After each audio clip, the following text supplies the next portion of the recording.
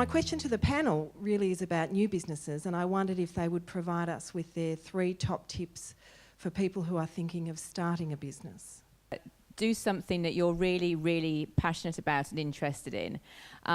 It's a lot of hours, it's a lot of effort, and you've got to be really, really into what your business is. So if it's something you just think sounds like a good idea, but really you couldn't care less about it, it's probably not a great thing to start a business in.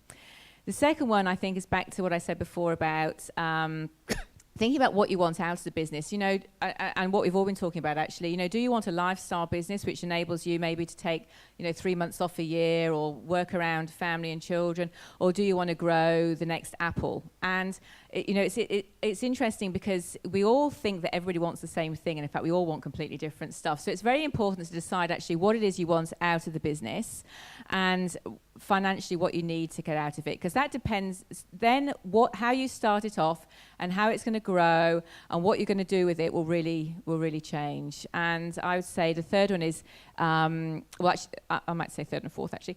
The third one is who else is doing it.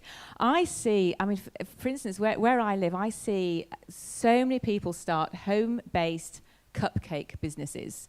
There is no need for any more cupcake businesses.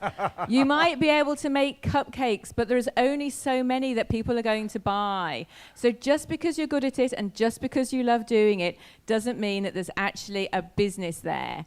So if you're just doing it for a bit of fun, fine. If you're hoping to make a proper business out of it, see what else is out there. And then, sort of tied into that is what do customers really want? A number of people who I've seen have created things which, the trouble is, when you say to a friend or something, do you like this? Especially people who make things, do you like this? And your friend says yes. Doesn't mean that they're going to buy it. They like it, it's fine. Or maybe they don't even like it, they're just being nice to you. But to actually see, is there really a market for it? Do people really want what you're planning to sell? So I snuck in the fourth one there actually, but there you go. I think also you need to bear in mind what is the transaction value of what it is that you're offering. What is the average transaction value? What's the profit in that transaction? How many of those do you actually need to break even?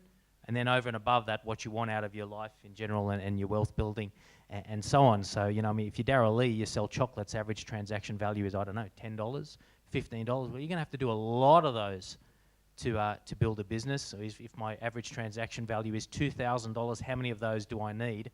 And then sit back and go, well, what's the likelihood of being able to generate that many transactions? How much do I have to spend to attract people who are going to give me that many transactions? And I think a lot of businesses fall in the hole there, that their mother says this is a fantastic idea, but in order to attract the right number of transactions every month, if your acquisition cost is miles high or no one else is doing it in that business, you might have to rethink it. Yep. I think, Koshi, one of the key things is what's the real point of difference that you can offer that in your new product or service that is going to attract customers to you? And from a banking point of view, I said before, make sure that you understand that balance between owning. Everybody, thinks their ideas are really good, and no one wants to think that their ideas aren't. But get that sense of objectivity and discipline from a mentor or someone independent to actually challenge you and ask the questions, not, why,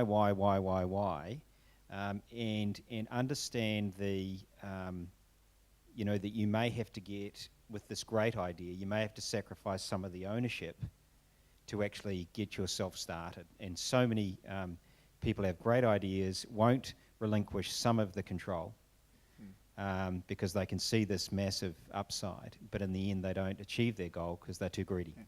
One thing is find out do what you're passionate about. But there's all sorts of things involved. I see a lot of people that start businesses and they do everything in the business. Find out what it is that you do that makes the money, and the things that also have to be done that actually don't make the money but keep the money flowing. Either outsource them or employ someone that does them, so that you as the business owner are focused on what you do that brings in money. I'm the sales front of our business. I'm a shocking administrator and I'm a shocking delegator. I have a team of people, one of which is my beloved husband, who puts up with that. He runs the administration to make sure that it's done properly, because if it was left up to me, it'd be a disaster. I love selling. I go out and sell. Great I work advice. it. The other one is systems. Start the business the way you envisage it will finish. put in place the systems to have that work. Invest in accounting programs, invest in CRM programs, invest in production systems and software systems that will keep it working for you, because that will make your life easier, and as your business grows, you won't implode, as you said. The systems will support the growth.